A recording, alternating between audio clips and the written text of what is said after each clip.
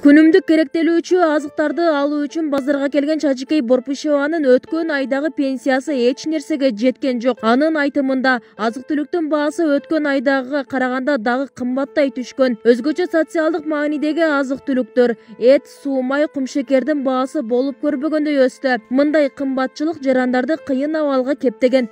Кымбатчылык, пенсия жетпейт. Шептеп жашоо кылып атабыз улантып.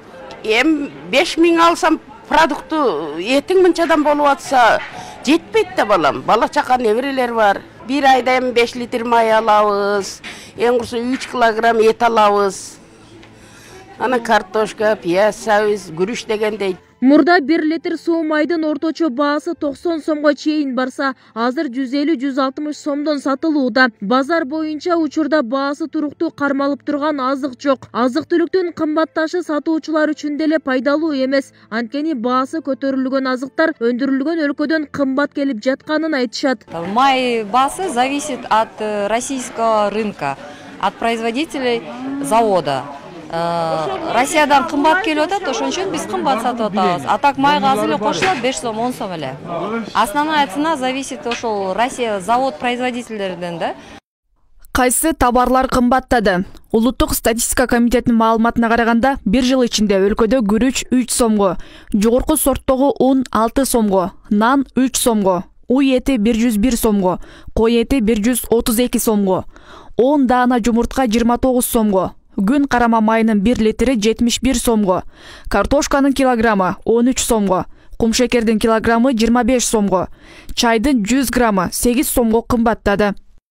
Республика боюнча күйүүчү майлоочу материалдардын баасы дагы күндөн күнгө көтөрүлүп бара жатат. 12 марттагы маалыматка караганда бензин 1 ай ичинде 11,5% кымбаттаган. Өкмөт азык-түлүктү салыштырмалуу арзан алуу мүмкүнчүлүгүн жаратып, жерлерде жарманке уюштуруу тапшырмасын берген. Бирок жарманкеге келген кардарлар дээрлик эч нерсе арзандатылбаганын айтып келишет. Капчыкты каккан кымбатчылык карапайым калктын жашоосуна оор келип жаткандыгы анык. Муну эске алып, жергиликтүү бийлик өкүлдөрү калаадагы аз камсыз болгон үй бүлөлөргө ар тараптуу жардамдарды берип жатыптыр. Биз атайын ай сайын социалдык адилеттүүлүк, ден соолук мүмкүнчүлүгү чектелгендерди колдоо деген ушундай ай сайын өзүнчө 1 айлыктар өткөрүлөт.